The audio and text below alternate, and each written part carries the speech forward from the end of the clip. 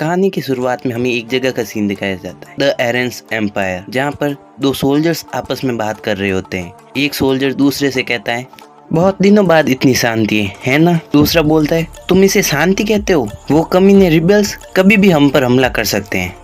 वो क्या सोचते हैं, वो एम्पायर के खिलाफ कुछ भी कर सकते हैं? उनका किंगडम बहुत छोटा और दूर है। दूसरा सोल्जर हंसते हुए कहता है, हाँ मुझे भी ऐसा ही लगता है, लेकिन ये कुछ ज्यादा ही लेट नहीं है। शायद उनको समझ आ गया है कि रजिस्ट करना बेकार है और उन्होंने हार मान ली है। ये ठीक है, पर हाल ही में शायद इंपीरियल नाइट्स ने उन्हें खत्म कर दिया है। मैं होप करता हूँ कि ये शांति ऐसी ही बनी रहे। फिर सीन शिफ्ट होता है और हमें दूसरी जगह का सीन दिखाया जाता है, जहाँ पर कुछ लोग आपस में बात कर रहे होते हैं। उनका लीडर उनसे कहता है, आज हम एम्परर को मार डालेंगे और एम्पायर को उखाड़ फेंकेंगे।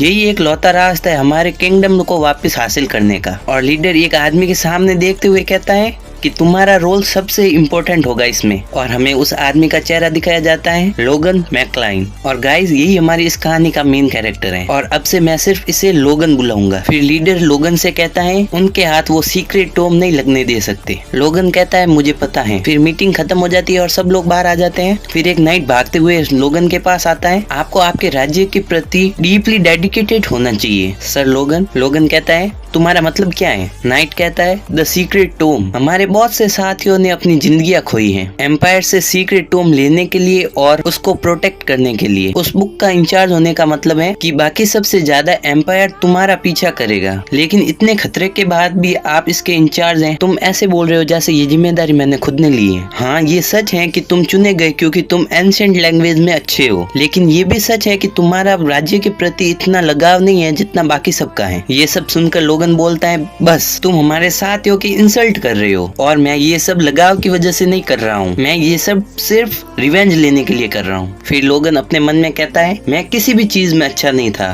फिर हमें लोगन का पास्ट दिखाया जाता है, जहाँ उसके और उसके भाई के बीच में लड़ाई हो रही थी और वो अपने छोटे भाई से हार जाता है। और पास में लोग बातें कर रहे होते हैं कि ये कैसे हो सकता है कि मास्टर लोगन अपने छोटे भाई से हार गए, जिसे सिर्फ 3 साल हुए अपनी स्वॉर्ड की पढ़ाई स्टार्ट किए हुए, कि वो एक नेचुरल टैलेंट है। पर लोगन को 10 साल हो चुके हैं उसकी ट्रेनिंग करते हुए। लोगन क्या ये कचरा है? मुझे डर है मैकलाइन हाउस के फ्यूचर का। फिर हमें दूसरी जगह का सीन दिखाया जाता है, जहाँ कोई कहता है, पैरालाइजर्स पॉइजन। लोगन के फादर लोगन से कह रहे होते हैं कि तुमने अपने भाई को पैरालाइजर्स पॉइजन दिया है। तुम कितने शर्मनाक हो लोगन। अगर लोनियन के साथ कुछ हो जाता तो चले जाओ, तुम आज से मेरे बेटे नहीं। मैं जेलसी की वजह से अपने छोटे भाई के खिलाफ गलत काम करने लगा और इसलिए मुझे मेरे घर से निकाल दिया, और वो मैं था। और मेरी फैमिली को छोड़ने के बाद मैं एक मर्सनरी बन गया और फाइनली 10 साल की कड़ी मेहनत के बाद मुझे पता चला कि मैं कितना पैथेटिक था, लेकिन उस समय वो बहुत लेट था। फिर हमें कुछ समय बाद का सीन दिखाया जाता है, जहाँ कोई औरत कह रही होती है, क्या तुम्हें पता है आज शहर के चौराहे पर किसी का पब्लिक एग्जीक्यूशन हो रहा है और उसका नाम है मैकलाइन, लोनियन मैकलाइन। और हमें किसी को भागते हुए दिखाया जाता है और लोग बात कर रहे होते हैं, वो एक ऑरा यूजर है जो फ्रंट लाइन में लड़ा था, लेकिन रॉयल फैमिली भाग गई। क्या उन्होंने अपने सोल्जर्स को पीछे छोड़ दिया? लोगन अपने मन में सोच रहा होता है, प्लीज लोनियन मत मरना, मुझे अभी भी तुमसे कुछ कहना है, सो प्लीज मत मरना। और वो भागते हुए चौराहे की तरफ जा रहा होता है और हमें एक स्लैश दिखाया जाता है और खून के छींटे आकर लोगन के मुंह पे गिरते हैं। और एक नाइट बोल रहा होता है, देख लो आप अच्छी तरह से, देख लो अच्छी तरह से, ये है उनकी किस्मत जो एम्पायर की बात नहीं मानते हैं। और वहाँ पर भीड़ जोर जोर से चिल्ला चिल्ला के कह रही है, एम्परर जिंदाबाद, एम्परर जिंदाबाद। और लोगन प्रेजेंट में सोच रहा होता है कि मुझे बदला लेना है, मेरी फैमिली को मारने के लिए, मुझे माफी न मांगने देने के लिए, मुझे एम्पायर से रिवेंज चाहिए। फिर हमें प्रेजेंट का सीन दिखाया जाता है, कोई कह रहा होता है, आफ्टर हिम, वो रहा वो लाल बालों वाला कमीना, उसके पास है सीक्रेट टोम। बहुत सारे सोल्जर्स लोगन के पीछे भाग रहे होते हैं ये कहते हुए, और लोगन भागते भागते डेड एंड पे आ जाता है और पीछे से एक नाइट चिल्ला के कहता है, ये रहा ये। लोगन अपनी तलवार को कस के पकड़ते हुए कहता है, डैम इट, मरो तुम कमीने, रिबेलियन। और ये कहने के साथ ही उन दोनों की तलवार टकराती है और सोल्जर को पीछे हटाते हुए लोगन उसकी गर्दन में तलवार घुसेड़ देता है और उसे मार देता है।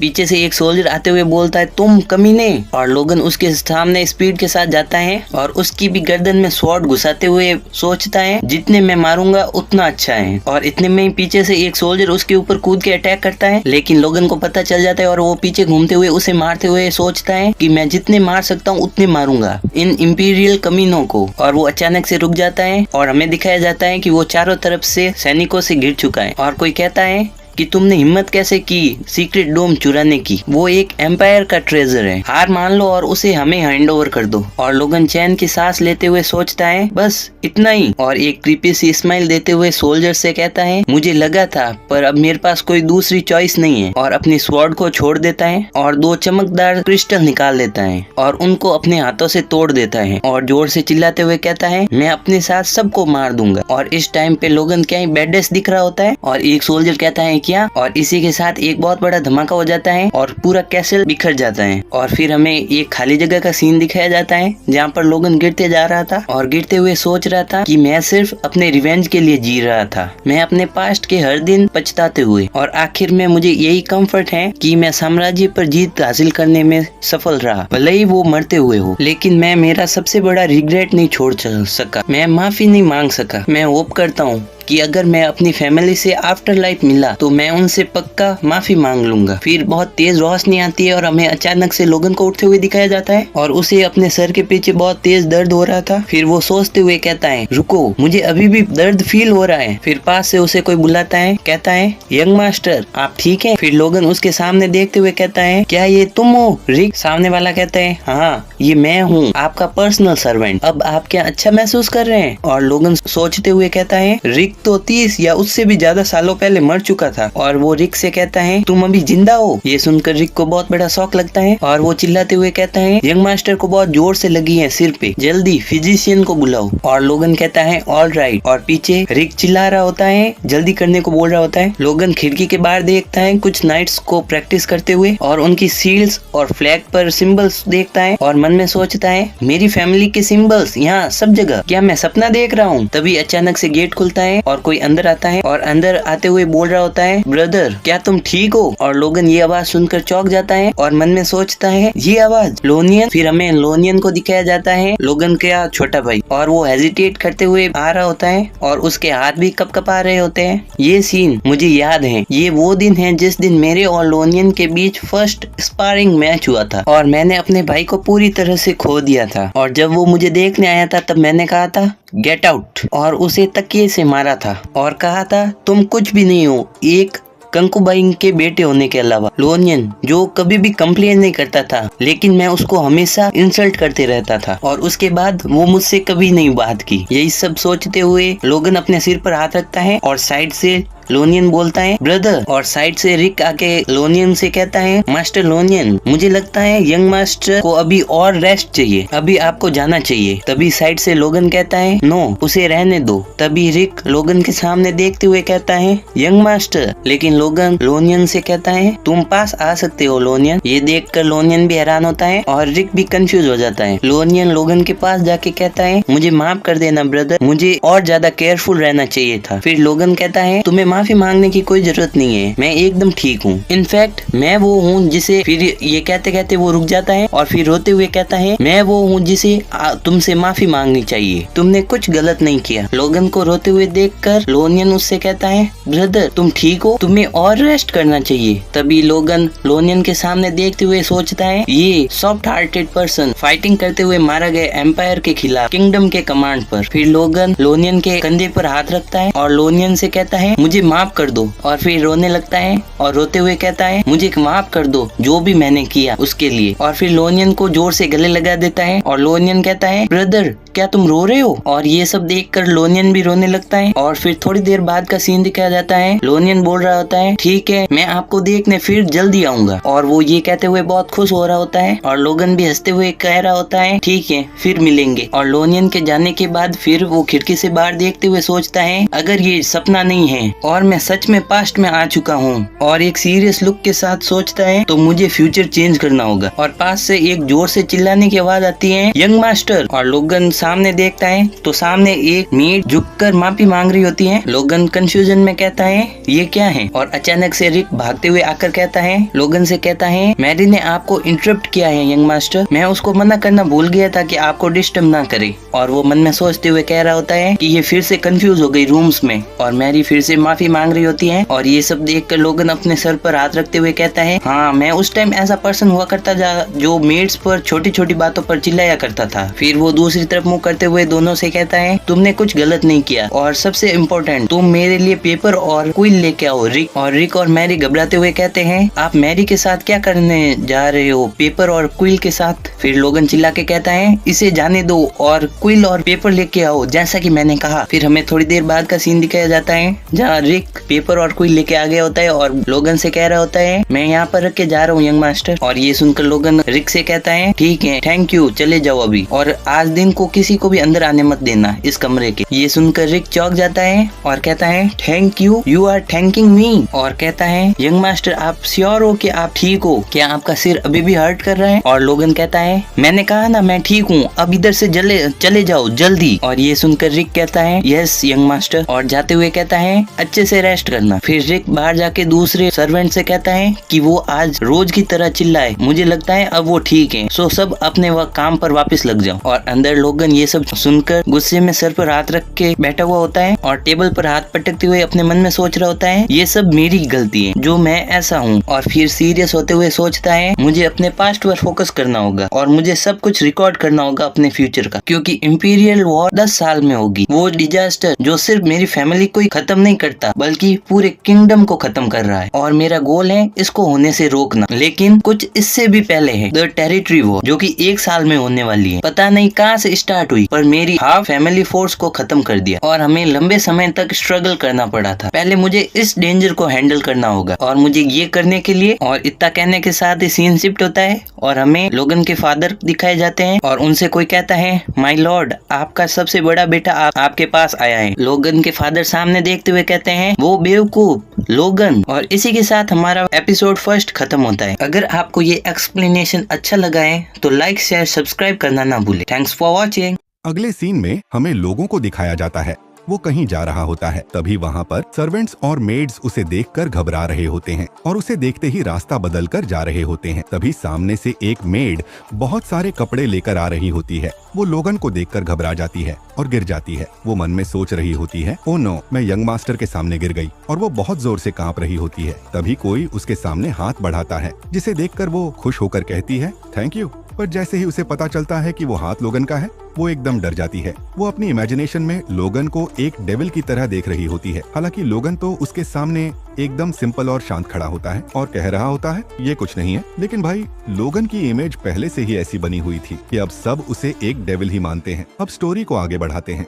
मेड अपनी इमेजिनेशन में लोगन का वो डरावना चेहरा देखकर रियल में डर जाती है और चिल्लाते हुए घुटनों पर बैठ जाती है। वो कहती है, मैं आपसे माफी मांगती हूँ माय लॉर्ड, प्लीज दया कीजिए। लेकिन लोगों को कुछ समझ नहीं आता। वो कहता है, क्या, लेकिन क्यों? और फिर वो मेड को वहाँ से भेज देता है। लोगन पीछे खड़ा सिर खुजाते हुए सोच रहा होता है, मैं समझ सकता हूँ किसी के लिए भी अजीब होगा किसी को इतना बदलते हुए देखना, वो भी सिर्फ एक रात में। ठीक है, उन्हें बस कुछ टाइम चाहिए इस बदलाव को समझने के लिए। मुझे बस उन्हें दिखाते रहना होगा कि मैं कितना बदल चुका हूँ। और हाँ, मेरी स्माइल के साथ भी अब कुछ नहीं किया जा सकता। थोड़ी देर बाद का सीन दिखाया जाता है। लोगन एक जगह खड़ा होता है और एक सर्वेंट एक दरवाजे को खटखटाते हुए कहता है, माय लॉर्ड, आपका सबसे बड़ा बेटा आपसे मिलने आया है। पीछे खड़ा लोगन अपनी पिछली जिंदगी की बातें सोचकर बहुत नर्वस लगता है। वो अपने मन में सोच रहा होता है और फिर हमें एक पास्ट का सीन दिखाया जाता है जहां उसके फादर कहते हैं, तुम अब से मेरे बेटे नहीं हो। अब करंट टाइम में लोगन सोच रहा होता है, अपनी पिछली जिंदगी में मैं अपने फादर से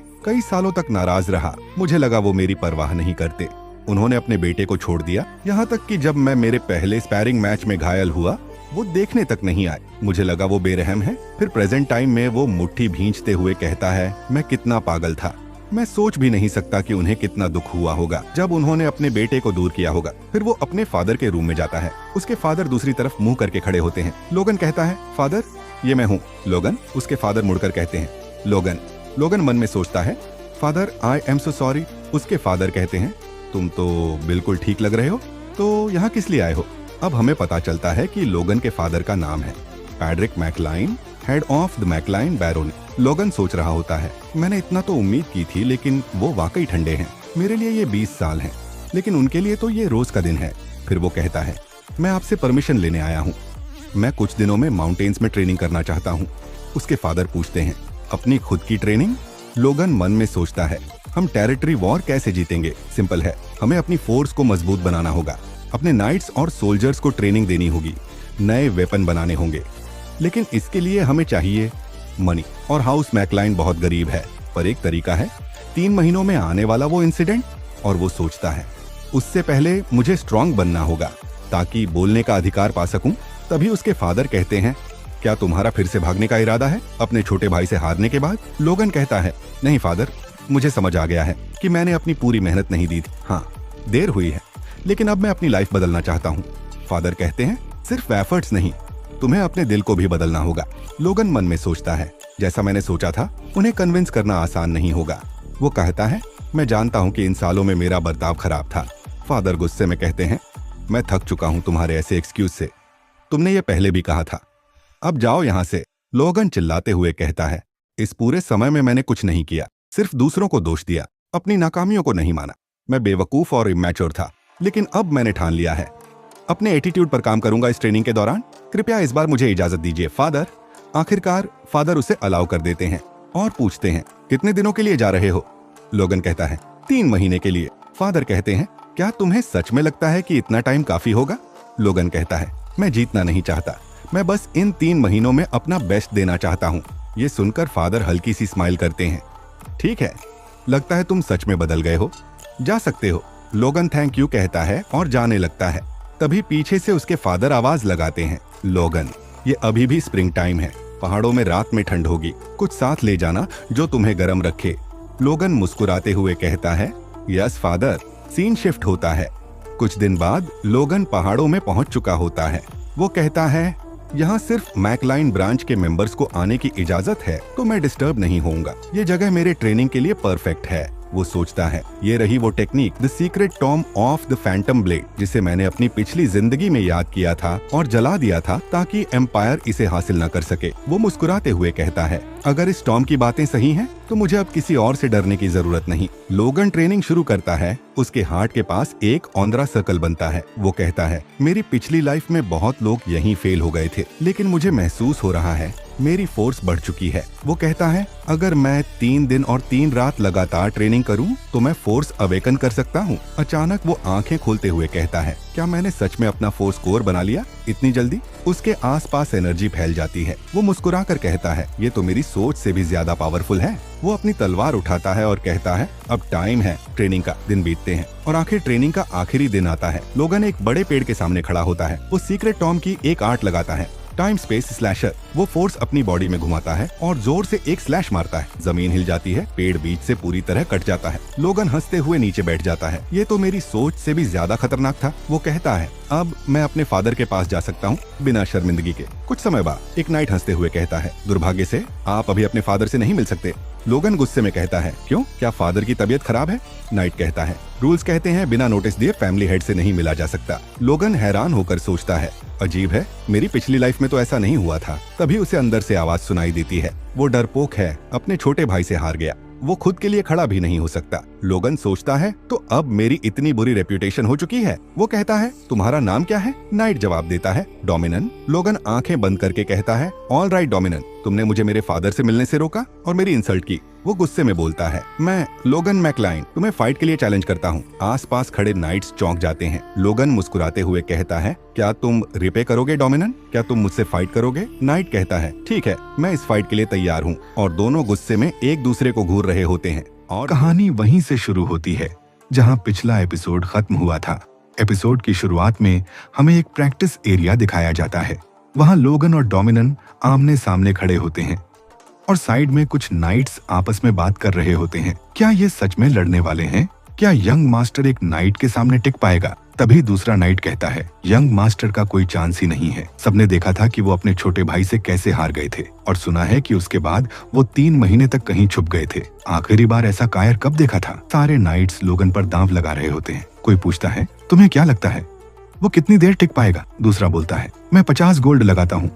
ये 10 मिनट से ज्यादा नहीं टिकेगा। तीसरा कहता है, मैं 100 गोल्ड लगाता हूँ, ये 5 मिनट भी नहीं टिकेगा। हमें लोगन दिखाया जाता है जो एकदम शांत लेकिन बेहद सीरियस एक्सप्रेशन के साथ खड़ा सोच रहा होता है। जैसा उम्मीद थी, किसी को नहीं लगता कि मैं सच में जीत सकता हूँ। डोमिनन लोगन से कहता है, आप काफी कॉन्फिडेंट लग रहे हो यंग मास्टर। लोगन अपनी तलवार हाथ में लिए खड़ा रहता है और डोमिनन गुस्से में बोलता है, उम्मीद करता हूँ लड़ाई के बाद तुम बुरी तरह इंजर्ड ना हो। लोगन मन ही मन सोच रहा होता है, इसमें इतनी हिम्मत नहीं कि किसी मेन फैमिली मेंबर को इंसल्ट कर सके, और जो भी हो पहले इसने ही मुझसे पंगा लिया था। इसे सच में नहीं पता कि इसने क्या किया है। पास ही कुछ सर्वेंट्स खड़े होते हैं जिनमें लोगन का पर्सनल सर्वेंट रिक भी होता है। रिक मन में सोच रहा होता है, यकीन नहीं हो रहा कि यंग मास्टर सच में एक नाइट के साथ लड़ने जा रहे हैं, ये तो एंड है। तभी एक नाइट जोर से घोषणा करता है, हम लोगन और डोमिनन के बीच ऑफिशियल फाइट शुरू करने जा रहे हैं। आपकी सुरक्षा के लिए लकड़ी की तलवारों का इस्तेमाल होगा। नाइट मन में सोच रहा होता है, सच में मैं ये होने दे रहा हूँ, पर मैं यंग मास्टर को मना भी नहीं कर सकता। अच्छा है कि वुडन सोर्ड्स यूज हो रहे हैं, लेकिन ज्यादातर नाइट्स फोर्स का इस्तेमाल कर सकते हैं और वुडन सोर्ड से भी किसी को मौत के करीब पहुंचाया जा सकता है। वो आंखें बंद करके सोचता है, ये मेरी रिस्पॉन्सिबिलिटी नहीं है कि यहाँ क्या होने वाला है, बस प्लीज डोमिनन लोगन पर थोड़ा इजी जाना। और वो चिल्लाता है, स्टार्ट। दोनों एक कदम पीछे लेते हैं और तलवारें थाम कर एक दूसरे के सामने खड़े हो जाते हैं। डोमिनन अपनी बॉडी में फोर्स चैनल करना शुरू करता है और ये देखकर सब घबरा जाते हैं, लेकिन लोगन बिल्कुल भी नहीं डरता। वो मन ही मन सोचता है, जिन्हें फोर्स के बारे में ज्यादा नहीं पता उनके लिए ये खतरनाक है। उसके खराब कंट्रोल के साइंस साफ दिख रहे हैं। डोमिनन की बॉडी से फोर्स बाहर लीक हो रहा होता है। वो तलवार और कसकर पकड़ता है। बताने वाला हमें दिखाता है कि जैसे जैसे वो बड़ा हुआ, उससे छोटे लोग उससे ज्यादा स्ट्रांग हो गए और वो सबसे वीक नाइट बचा। इसी वजह से उसने लगभग रिटायरमेंट का सोच लिया था। हमें पास्ट का एक छोटा सीन दिखता है जहां वो सोच रहा होता है कि रात के खाने में क्या खाए। बस ऐसे ही वो अपने दिन काट रहा था, रिटायरमेंट का इंतजार करते हुए। फिर प्रेजेंट में लौटते हैं। डोमिनन गुस्से में लोगन पर हमला करता है। सर्वेंट्स और नाइट्स डर जाते हैं। डोमिनन अपनी जगह से जंप करके लोगन पर तेज अटैक करता है, लेकिन लोगन आखिरी मोमेंट में थोड़ा सा हिलकर उस अटैक को ब्लॉक कर देता है। यहाँ रिवील होता है कि लोगन भी फोर्स का इस्तेमाल कर रहा है। डोमिनन जोर लगाता रहता है, लेकिन उसे बहुत पसीना आने लगता है और कुछ ही पल में उसकी पकड़ ढीली पड़ती है और उसकी तलवार नीचे गिर जाती है। वो घुटनों पर गिर पड़ता है। लोगन उसे देखकर कहता है, अब ये मत कहना कि तुम हार गए और तुम खुद को नाइट कहते हो। सारे नाइट्स और सर्वेंट्स शॉक में होते हैं। एक कहता है, ये हो ही नहीं सकता। दूसरा कहता है, मुझे तो दिखा ही नहीं कि क्या हुआ। तीसरा बोलता है, यंग मास्टर फोर्स यूजर है। लोगन रेफरी को बुलाता है और कहता है, मुझे लगता है कि मुझे डोमिनन को एक और चांस देना चाहिए। तुम क्या कहते हो?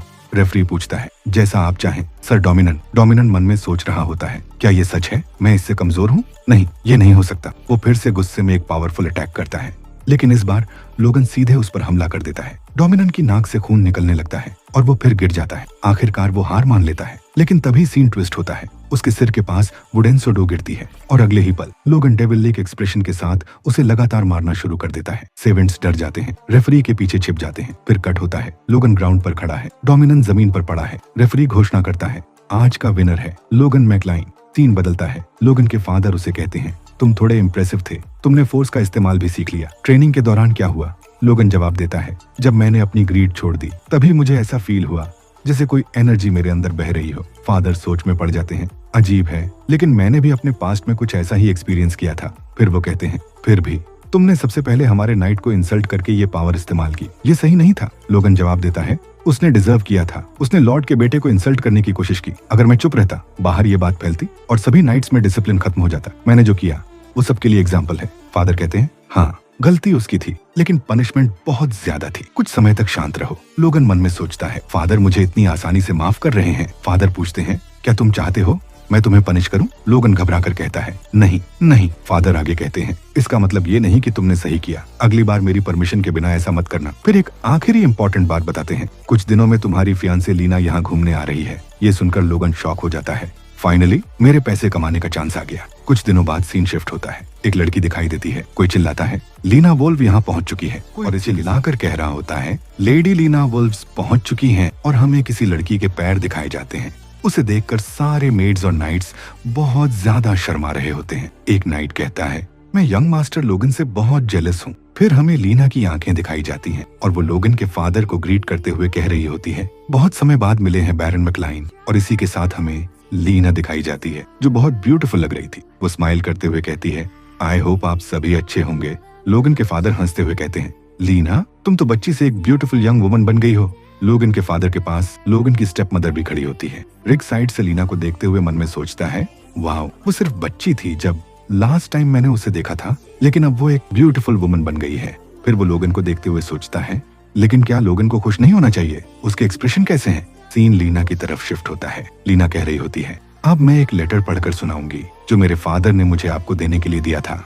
और उस लेटर में लिखा होता है कि वुल्व्स हाउस अब मैकलाइन हाउस से रिश्ता नहीं रखना चाहता। एंगेजमेंट को खत्म किया जाता है। ये सुनकर लोगन के एक्सप्रेशन सीरियस हो जाते हैं और वो मन में सोचता है कि आयरन वुल्व्स, मैंने एक्सपेक्ट किया था कि पैड्रिक मैकलाइन एक ऑरा यूजर बनेगा, लेकिन वो पिछले 20 सालों से सिर्फ अपर क्लास नाइट ही है और उसका बेटा तो उससे भी खराब है। तो अब सच में क्या जरूरत है हमारे घरों को ये रिश्ता रखने की? इस रिश्ते से हाउस वुल्व्स को कोई फायदा नहीं मिलता, तो हम अपने रास्ते अलग करते हैं।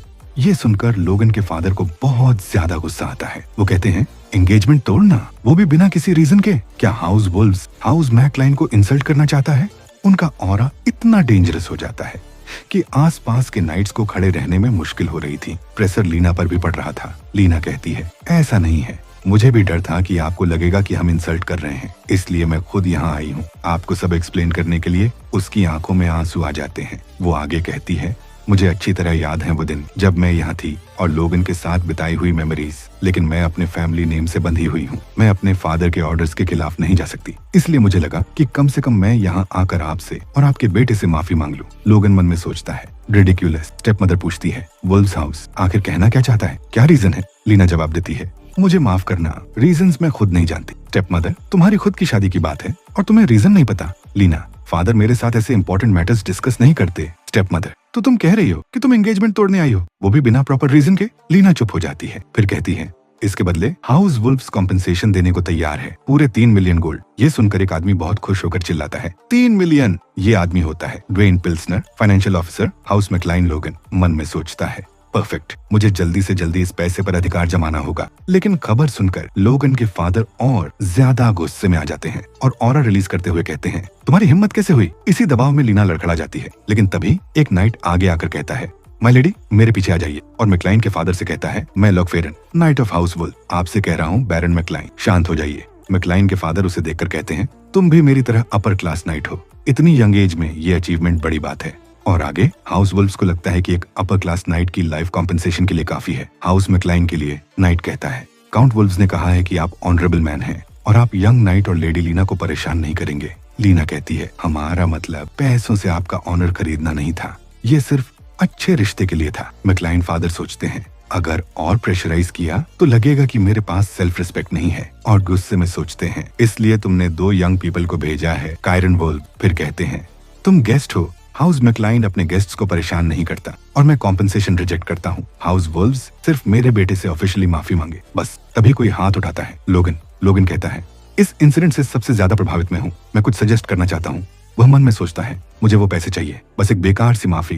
रिडिकुलस। लोगन कहता है, मैं हाउस वुल्व्स का ऑफर एक्सेप्ट करना चाहूंगा। फादर शॉक होते हैं, व्हाट, तुम चाहते हो मैं अपने वर्ड्स वापस लूं? और इतना ऑरा रिलीज करते हैं कि लोगन मुश्किल से खड़ा हो पाता है। लोगन मन में, अगर ये भी नहीं झेल पाया तो मैं कुछ नहीं। फादर, हाउस मैकलाइन इतना नहीं गिरा कि ऑनर छोड़ दे कुछ पैसों के लिए। लोगन, हम गिर चुके हैं। करंटली हाउस मैकलाइन के पास सिर्फ 3 मिलियन गोल्ड बैंक में है और सिर्फ इंटरेस्ट ही 1,50,000 गोल्ड है। हाउस कैरोस का सपोर्ट हट गया तो हम बर्बाद हैं। सबका चेहरा उतर जाता है। लोगन कहता है, हमें ये पैसा ऑनर के नाम पर एक्सेप्ट करना चाहिए। लोगन के फादर लोगन से कहते हैं, मतलब तुम कह रहे हो कि मेरे वर्ड्स वापस लेना ऑनर के लिए जरूरी है? लोगन अपने फादर से कहता है, हाँ, क्योंकि वुल्व्स हमसे हायर रैंक के नोबल हैं। फिर लोगन सोचता है, अगर हम सिर्फ सॉरी से मामला खत्म करते हैं तो रूमर्स फैलेंगे कि हाउस मैकलाइन हाउस वुल्व्स के सामने झुक गया। तभी लीना बोलती है, हम लोग अनरीजनेबल नहीं हैं। लोगन लीना की बात काटते हुए कहता है, रिस्पेक्ट? तुम रिस्पेक्ट की बात मत करो। ये तब से क्लियर हो गया था जब तुम एंगेजमेंट तोड़ने बिना रीजन के यहाँ आई हो और हमें फिर पास्ट सीन दिखाया जाता है। लोगन को लगता था लीना टूट चुकी है ब्रेकअप से, टिल दैट इंसिडेंट। पास्ट में लीना कहती है, थैंक्स लॉर्ड लोगन, आज हम अलग हो रहे हैं तो मैं एक लास्ट मेमोरी बनाना चाहती थी। लोगन ब्लश करता है, फिर वो कहता है, लीना प्लीज मेरे साथ ये कासल छोड़ दो। लेकिन उसी समय लीना डैगर निकालकर अपना ड्रेस फाड़ लेती है। लोगन शॉक्ड होकर बोलता है, लीना तुम ये क्या कर रही हो? लीना डेविल स्माइल देती है, क्या सच में लगता है तुम मेरे लायक हो? तुम अपनी जगह जानो, दफा हो जाओ। और जोर से चिल्लाती है। नाइट अंदर आता है और लीना रोने का नाटक करती है और नाइट से कहती है, लॉर्ड लोगन अचानक वायलेंट हो गए। लोगन मन में, नहीं, मैं उस टाइम ट्रिक हो गया था और उसी वजह से हाउस मैकलाइन को वुल्व्स से माफी मांगनी पड़ी। और कॉम्पेंसेशन देना पड़ा। लोगन प्रेजेंट में सोचता है, तुम ही रीजन हो जिस वजह से मैं किसी वुमन पर भरोसा नहीं करता। और एपिसोड यहीं खत्म होता है। मिलते हैं अगली वीडियो में, तब तक के लिए हंसते रहिए, मुस्कुराते रहिए और शैडो फायर चैनल को देखते रहिए। अगर एक्सप्लेनेशन अच्छा लगा हो तो वीडियो को लाइक, शेयर और सब्सक्राइब करना मत भूलिए।